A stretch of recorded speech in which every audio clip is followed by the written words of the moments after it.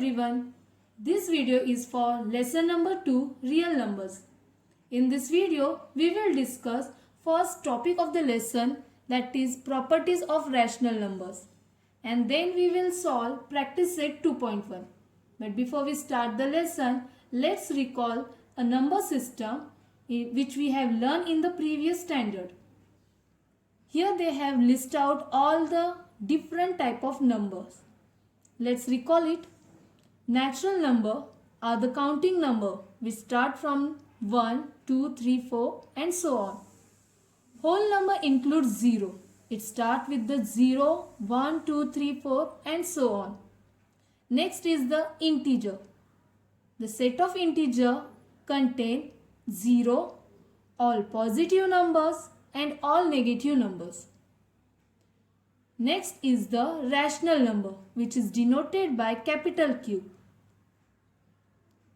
which is symbolically represented by P upon Q form. So the number which is in the P upon Q form is called the rational number. This P and Q belong to integer, means it can be a positive or negative, but this Q means the denominator should not equal to 0. Other than 0, we can take any number here in the denominator, but not the 0. Set of real numbers means set of all these numbers are the set of real number. Now let's move to our first topic, properties of rational numbers. On page number 19, you can see here one chart has given which describes the different properties of rational numbers. So let's see it one by one. First, you can see commutative property. It means if we are changing the order of two rational numbers. So these are the two rational numbers. If we are changing the order of two rational numbers, then their sums are commutative. Means what? If we add first a plus b or b plus a, then also we will get the same answer. For example, if we have number like 2 plus 3, or we do 3 plus 2, then also we will get the same answer. So that is the commutative property. Next is the associative property. If there are three rational numbers, their sums are associative. Means if we change the order of addition, if we add first two number first, then we add the next one. Or if we add the last two number first and then we add the first one, then also we will get the same answer. For example, if I have the numbers like 2, 3, 4 or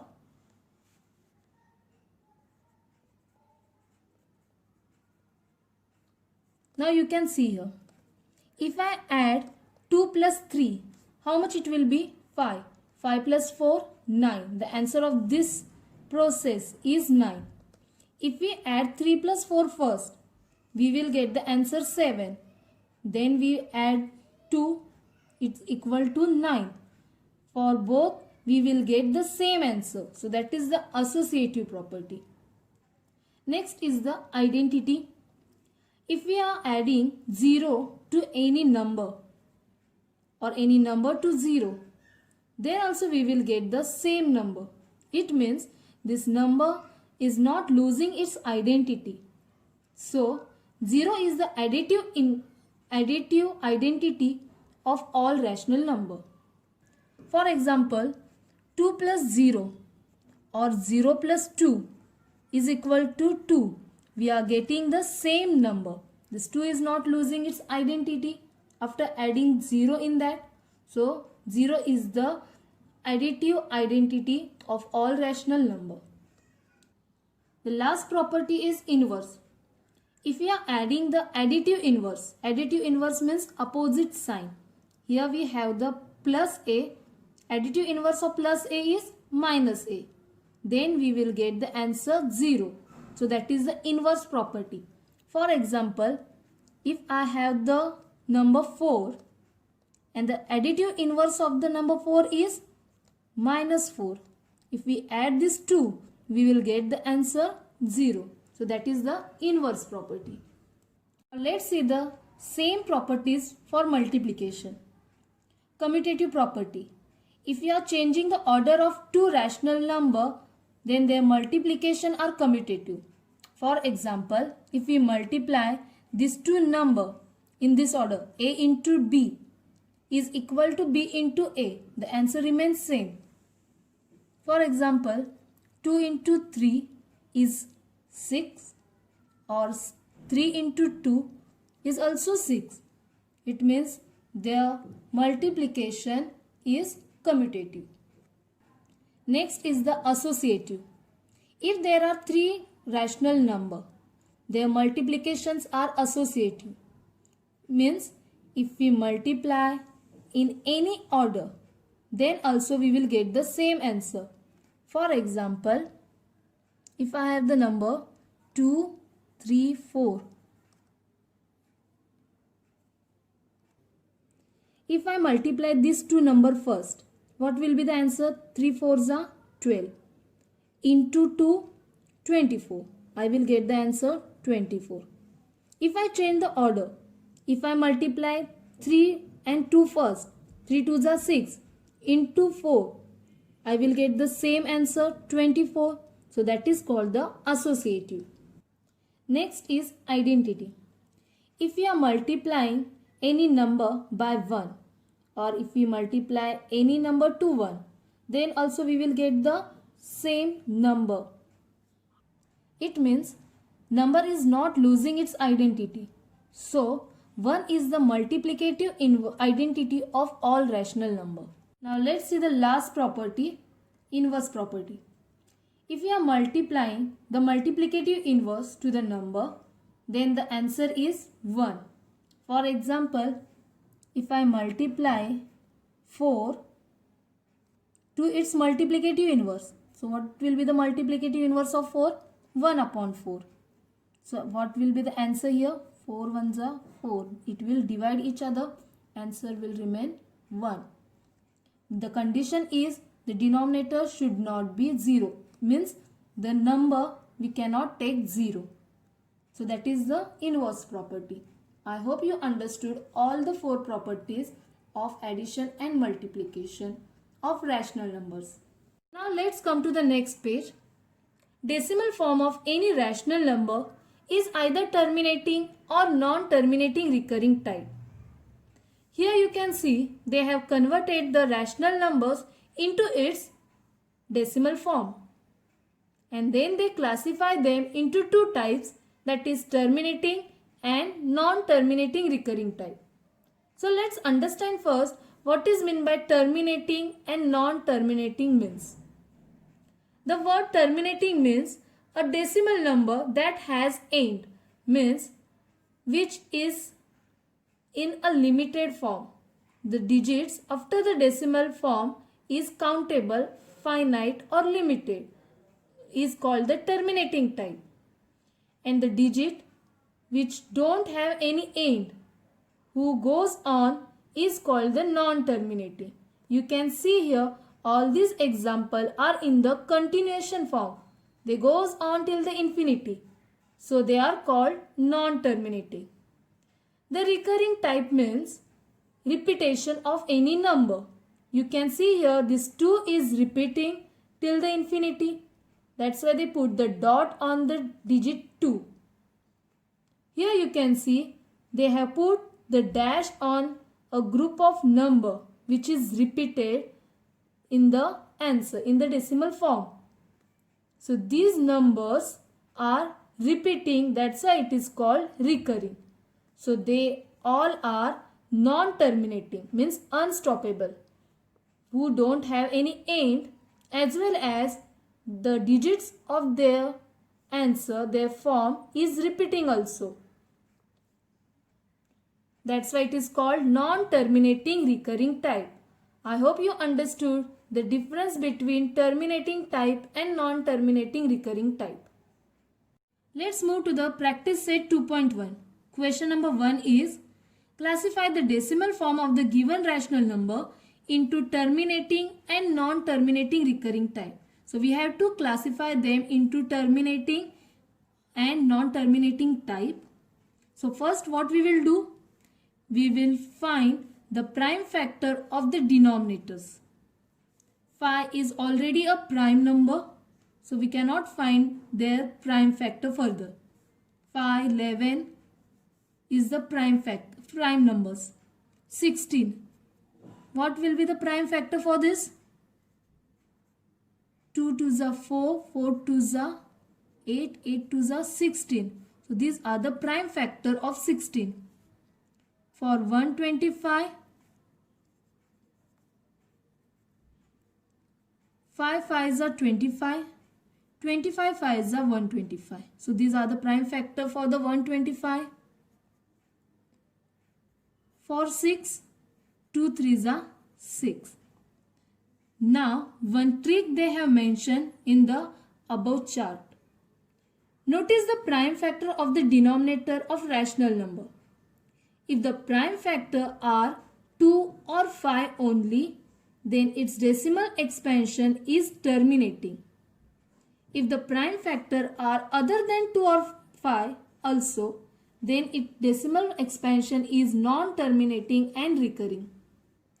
So according to that, the denominator who contain 5 or 2 only as a prime factor, then that rational number will come under the terminating category.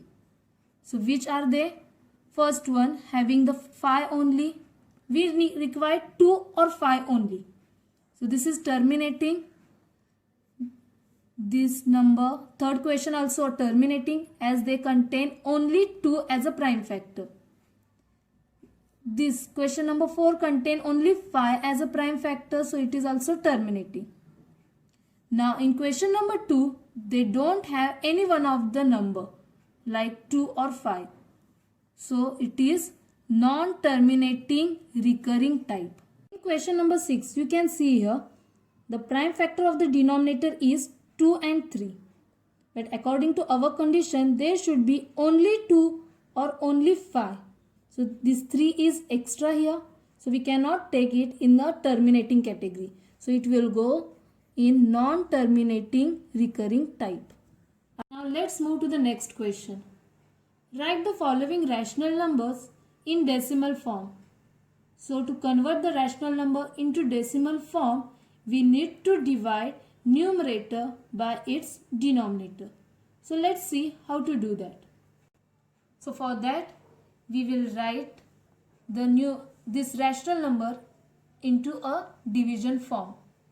Denominator will divide the numerator, and the answer which we will get in the end, that is our decimal form of that rational number. I will solve the second question to make you understand. Second question is 25 upon 99. So here the denominator, which is 99, will divide the numerator, that is to 25. For that we required 99's table. So first you calculate it and write it aside for your reference. I will not write whole table. If it required, then I will increase it. Till then I will write it till 99 6.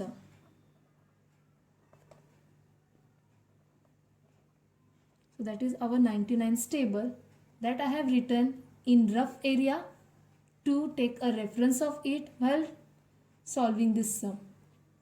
So first 25 will not come in 99's table. So 99 zeros are 0. I will put the decimal point here. So we can take 0 in each step. In 99's table, do 250 comes? No. Less than 250 we have 198.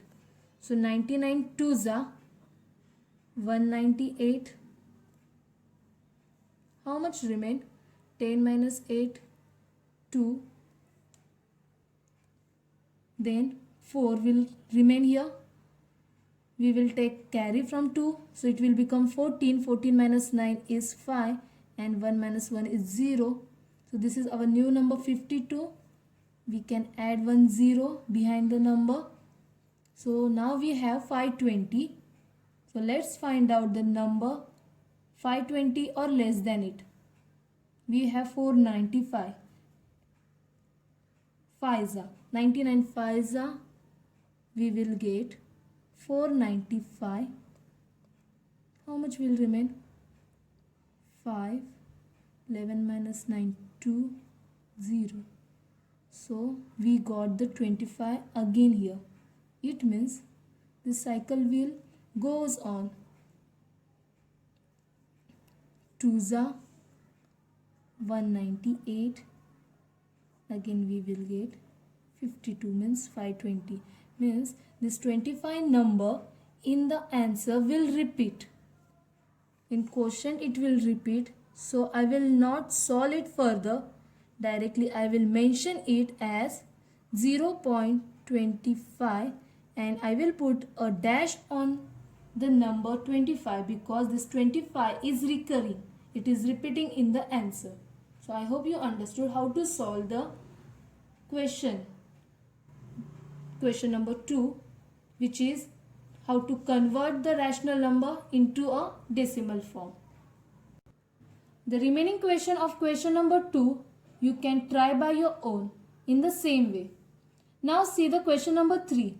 Write the following rational number in P upon Q form. You can see here they have given the rational number in the decimal form. In the previous question we have converted P upon Q form in the decimal form. Now here we have to convert decimal form into P upon Q form. For that they have given one method on page number 20. So that method I will explain you while solving this question. So first question they have given 0.6. Above 6 they put the dot, means 6 is recurring. So first step is we have to write it. We have to consider this thing as x. So let x equal to 0. This 6 dot means this 6 is in continuation form. Then only we are writing it in the form of recurring. Right? Now if we multiply this, okay, how many digits are there? Means how many digits are recurring? One digit is there. So I will write 1 0 after 1. Means I will multiply 10 to the x. Why 10 only? How we will decide the number of zeros after 1? According to the numbers which are repeating. How many numbers are repeating? Only one number is repeating here. That's why I put 1 0 here. So 10 will multiply to our x. So what will happen if we multiply any 10 multiple of 10 to any decimal number? The decimal point will shift to the next. So I will get the answer 6.666 like this. This decimal point has shifted one digit after one digit because 1 0 is there. So same thing I can write like this. Now these remaining 6 are repeating. If we subtract it, if I subtract x from the 10x, means we have to subtract their answers also, which we have considered like this. 10 minus 1, 9x. This repeating number get cancelled. This will get subtracted. Right? 6 minus 0 remain 6. This 9 is multiplying to the x. On opposite side it will divide. So x equal to 6 upon 9. So that is our final answer. Therefore, this x is nothing but our question. 0.6 dot is equal to 6 upon 9. That is our answer. Now let's solve one more question from question number 3. Now what is our first step? We have to consider x. So let x equal to our question, that is 2.514514 so on, which is equal to 2.514 dash. Now we have to multiply this x with the zeros, means with the multiple of 10. But the number of 0 will decide this recurring number. How many recurring number we have? Count it. 1, 2, 3. So how many 0 we will put after 1? 3 zeros. You can see here. Here we was having one number which was recurring. So we took 1 0 after 1. Now here we have 3 digits which are recurring. So we put 3 zeros after 1. Understood this? This number will multiply to the x. So 1000 will multiply to the x. So after multiplying by 1000, our decimal point will shift to that many numbers. How many 0 we have here? 3 0 we have. So this decimal point will shift 3 digit on right hand side. So we will get new number. This decimal point has shifted. The remaining number remains as it is, which are recurring also. So we got a new number 2514.514 recurring. 2514.514 which is recurring.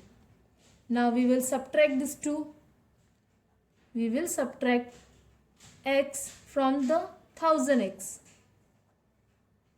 It means these two numbers will subtract to each other. 2514.514 minus 2.514. 1000 minus 1. How much it is? 999x. Correct? And after subtracting this recurring number will get subtract as it is. But we have to subtract 2 from these digits. 4 minus 2, 2 will remain. Remaining number as it is. That is our answer of this subtraction. This 999 is multiplying to the x. On opposite side it will divide. So we will get answer 2512 upon 999. So that is our final answer. What is x? X is nothing but our question. So write the final answer